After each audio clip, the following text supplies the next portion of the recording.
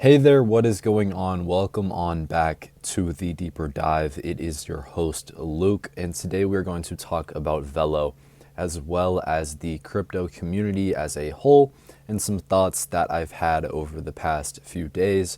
I know I haven't been very active, but I'm always around, I'm watching. I've just had a lot going on lately that I had to focus on in my personal life. So we are still here though. Getting right into things today to keep you guys updated on what I've been covering, let's take a look at this post that I made.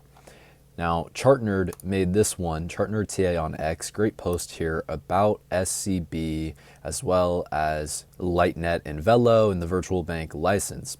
Now, here's something interesting that, I've had on my mind and I just haven't quite been able to put all of this together for you guys yet, but here it is. To start off, keep in mind that Project Dash, which I've covered a lot, check out my video on that, was sandboxed, to call it, by the Bank of Thailand, and then it passed through that sandbox, essentially gaining some regulatory clarity is how that works. And Project Dash involved Lightnet Fireblocks SCB with the use of USDC, and USDC happens to be one of the stablecoins that is used by Velo Labs' hybrid DEX universe. Although, as I said, the people involved in Project Dash that were listed was just Lightnet Fireblocks and SCB. Velo was not included. But we do know that Lightnet uses Velo Labs technology and that universe has USDC available. And what platform are Velo Labs' trusted partners technically using within the network to interact? It's Universe. So it sounds pretty convenient that USDC is applicable to this Project Dash and to Universe. And I think that's another thing that makes you go, about Project Dash, that Velo was involved yet. Maybe they couldn't PR. I'm not sure, but there's definitely something going on there. It was a pretty curious coincidence as well that just after Project Dash passed through the sandbox, the ThaiBot handout was confirmed to use blockchain. So that was pretty weird. As well, looking at these two clips of Beam, let's listen to what he says here. So we're actually working on 2 to 3 live use case. We are actually the only company in Thailand that got sandboxed by Thai Central Bank. Now, the only thing about this clip is that I'm not sure if he's speaking directly on behalf of Lightnet or Velo. And the thing with this is that he does have involvement with both of them. But he said that they were the only company in Thailand that got sandboxed by the Bank of Thailand, except they could not PR.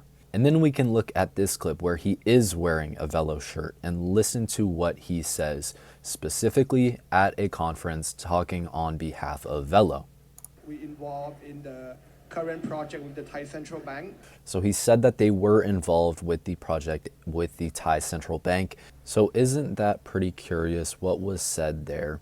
And considering all of the factors that I shared beforehand, it definitely seems like something is going on with Velo, Lightnet, the Bank of Thailand, SCB, all of them are included, and that includes the virtual bank with Lightnet and WeLab, which we do know, as I was saying, Lightnet uses Velo Labs technology.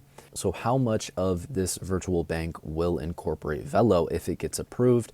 It's very exciting to wait for, and I'm just trying to keep you guys updated with that. But so some pretty curious stuff going on here with Velo, clearly that, they were involved in some project, but then as it came out, they weren't included in the public release, so something interesting to think about. I also was doing some digging and found this video where it says Velo tokens, a utility token to access Velo's network and a guarantee of digital credits. And then it says bridged asset. So something pretty interesting, just a little find that I thought was pretty cool to see from like 4 years ago as well. So, and as I say here, I need the financial hub bill passed in Thailand as soon as possible. My eyes are on Velo. They said that March was looking likely to have it approved. So if it does come this month, I'm very excited to see what will come. I think there's a lot of catalysts looking at the next few months here, including this and the virtual banking license.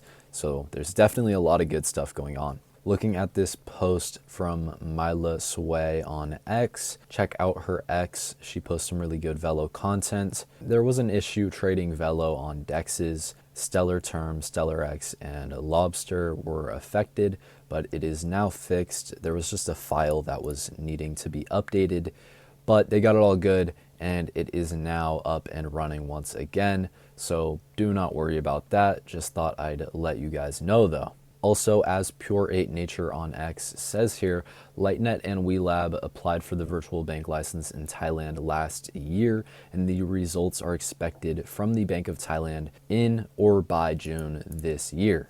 So that's pretty exciting and something to look forward to, with having the actual virtual banks up at least by June 2026, 1 year later. As well, $1.15 trillion was wiped out from the US stock market today. So just keep in mind that money is going to start moving really fast, especially with these digital assets.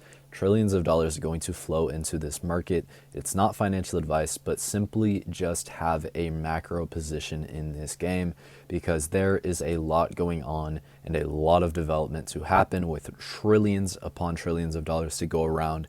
Stay patient. I hope you guys enjoyed today's update. If you have any thoughts on what I said, please do let me know. I'll talk to you guys in the next one. Hit the like button, subscribe. Peace.